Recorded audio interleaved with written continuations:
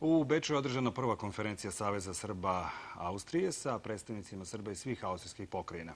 Srbi u Austriji tragaju za partnerima koji će srpsku zajednicu tretirati kao politički potencijal. Gost emisije Srbija na vezi je predsjednik Saveza Srba Austrije Zoran Aleksić. Dobro večer. Dobro večer vam i svim gledalcima. Dobrodošli. Prema nekim podacima u Austriji živi preko 250.000 Srba i ne znamo dakle početi možda. Da li postoji način da se oni nekako i politički afirmišu? I kako to uraditi i šta je potrebno da bi se to ostvarilo? Pa do svakog načina kada su Srbi u pitanju, naravno malo je teže doći u političkom smislu. Ono što je za nas svakako neminovnost jeste da je došlo vrijeme da to moramo da uradimo. Za to postoje razlozi u onome čime se bavimo. Treba tražiti u počecima sve to. Znači, Udruženje jugoslovenskih klubova s kojih mi proističemo imale su za ulogu da se bave kulturom i sportom, jednostavno ljudima dati mogućnost za razonod u vrijeme teškog rada. Nakon raspada stare Jugoslavije trebalo je napraviti tu transformaciju u Saveze srpskih klubova i srpski klub, a to nije bilo jednostavno, jer ljudi koji su napravili jugoslovenske klubove otišli su pre 40 godina u Austriju i naravno da se malo toga zaboravilo. Šta je osnova? Šta je očuvanje tradicije jezika u celoj toj priči? Danas imamo situaciju da mi održavamo tradiciju, 30-godišnju tradiciju tog saveza, manifestacije koje ga održavaju, ljude koje ga podržavaju, međutim imamo finansijski problem, zato što je sveopšta kriza, ljudi više nemaju mogućnosti da finansiraju samostalno ljubav prema tradiciji, folkloru i jeziku.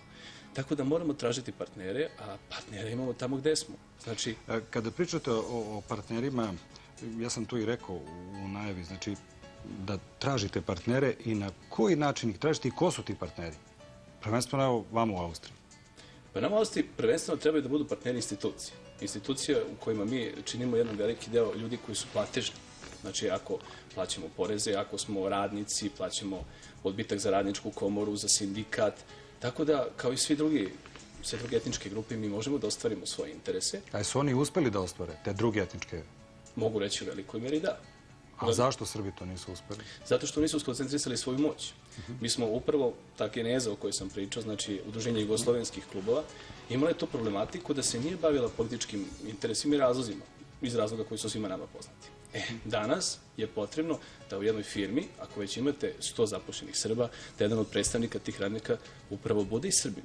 Jer, da se razumemo, niko ne može da zastupa tebe ako nije tvoj na pravi način. I to je ono zbog čega se borimo. Ako budemo uspjeli u tome, da u tom reciprocitetu koliko Srba ima, imamo predstavnike u okviru postojećih partija, što nije nikakav problem, jer veliki broj nas su neaustrijanci srpskog porekla i mi se osjećamo i austrijancima. Kao što bi jedan moj vrlo dobar prijatelj rekao je na jednom javnom mjestu i to mu oduševilo, Austrija je naša domovina, Srbija je otadžbina. I u principu veliki broj ljudi to tako i gleda. Kažite mi, koliko je za sve to da bi se ostvarilo bitno neko jedinstvo? I da li ga ima? I da li može da ga bude?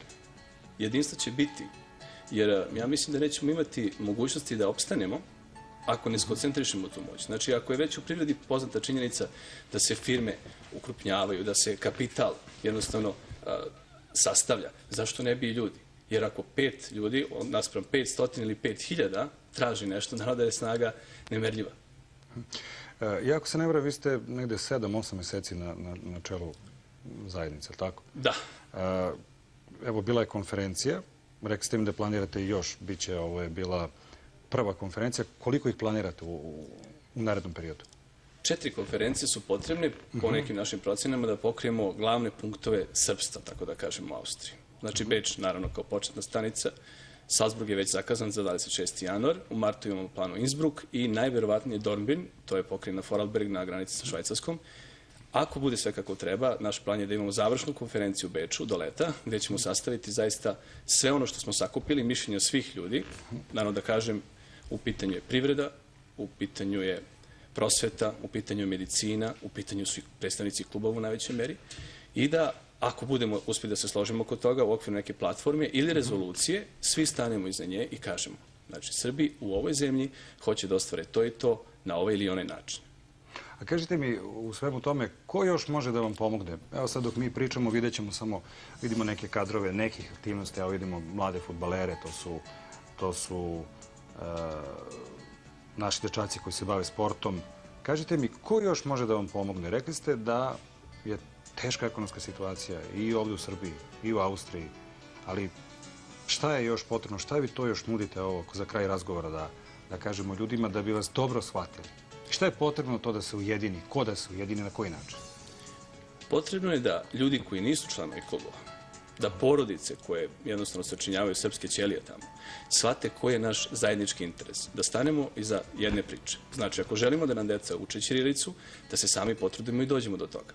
Ako želimo da se tradicija razvije na jedan zdrav način, moramo da se udružimo i da tražimo to od nekog. Ono što je mišljenje moje i jednog dela predsjedništva ili većeg dela predsjedništva jeste da Srbija treba da da samo institucionalnu podršku. Novca ima i za toga mogu da stanem. Potrebno je samo da skoncentrišemo izraz naših želja, da na jedan elokventan i jedan način koji je za Zapad potreban, zatražimo to što hoćemo i onda smatram da neće biti nikakvih kočnica da jednostavno ostvarimo sve te želje.